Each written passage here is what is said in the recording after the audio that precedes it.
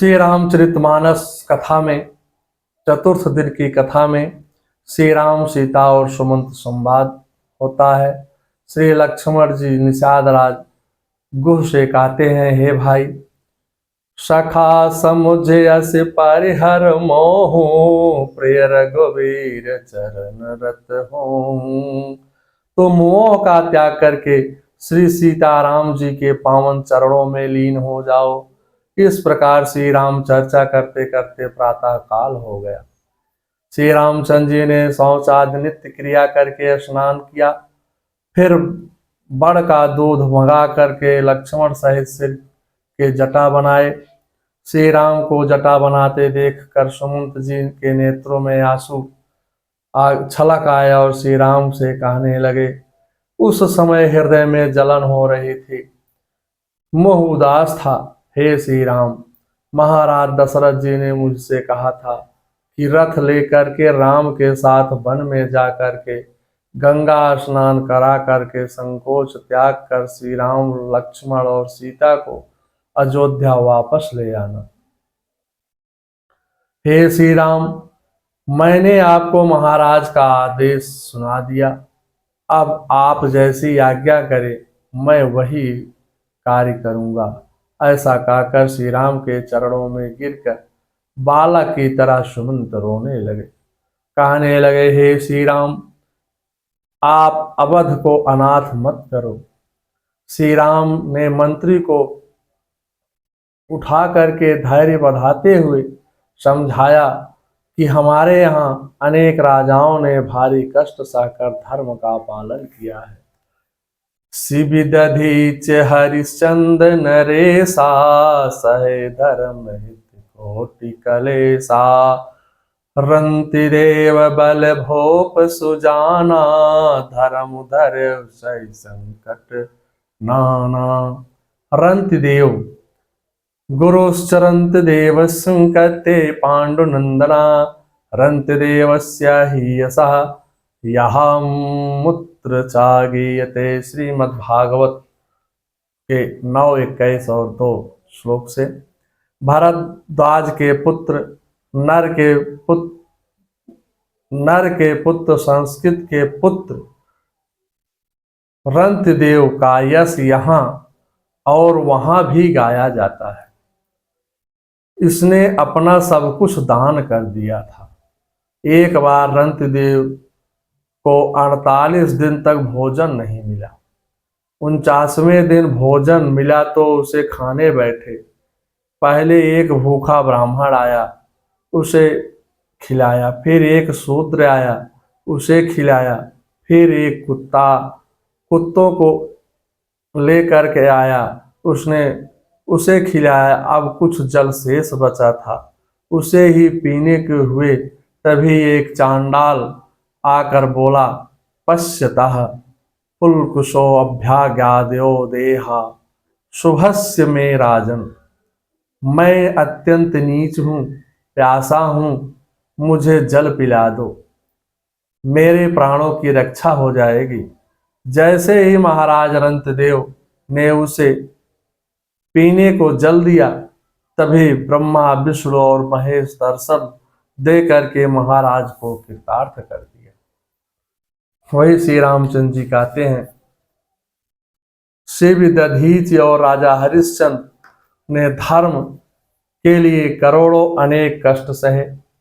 बुद्धिमान राजा रंतदेव और बलि बहुत से संकट सह करके भी धर्म को पकड़े रहे। उन्होंने धर्म का परित्याग नहीं किया। हे तात, सत्य के समान कोई धर्म नहीं है। धर्म का त्याग करने से अपयश की प्राप्ति होती है और सम्मानित पुत्र के लिए अपमान तुल्य मृत्यु होता है।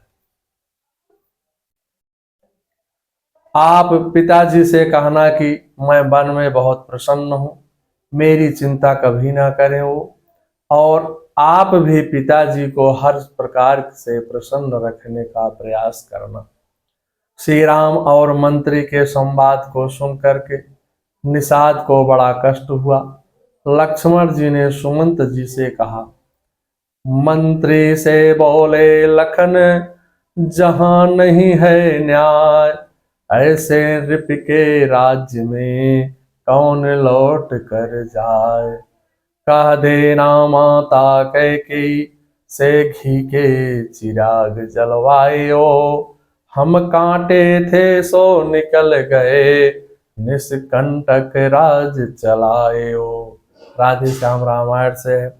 श्री राम ने कहा, हे तात, आप लक्ष्मण की बातों को जहां वहां जाकर के मत कहना। सुमंत जी ने फिर कहना शुरू किया कि महाराज ने श्री सीता जी को लौटाने के लिए कहा है। उनकी इच्छा हो, पिता के घर रहें या यहाँ रहें, चाहे जहां रहें, यदि जनक नंदिनी लौट आती हैं तो मेरे जीने का सहारा मुझे मिल जाएगा।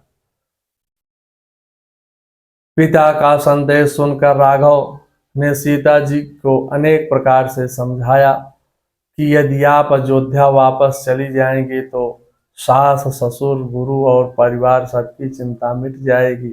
सीता जी कहने लगी, प्रभु करुणामय परम विवेके, तनु तज रहित छाछ किम की। प्रभा जाए कह भानु बिहाए, कह चंद्रिका चंदु तज जाए। हे प्रभु, आप करुणामय और परम ज्ञानी हैं, कृपा करके विचार तो कीजिए। शरीर को छोड़कर छाया अलग कैसे रह सकती है? सूर्य की प्रभा सूर्य को छोड़कर कहाँ जा सकती है, और चांदनी चंद्रमा को त्याग कर कहाँ जा सकती है? फिर सीता जी सुमंत जी से कहने लगी, हे तात, इस कष्ट के समय में आपसे कहती हूँ कि मेरे स्वामी के अलावा सभी नाते मेरे लिए व्यर्थ हैं। हे तात, मैंने अपने पिताजी का वैभव देखा है। चक्रवर्ती अपने ससुर जिनका इंद्र भी स्वागत करते हैं, उनका भी प्रभाव देखा है।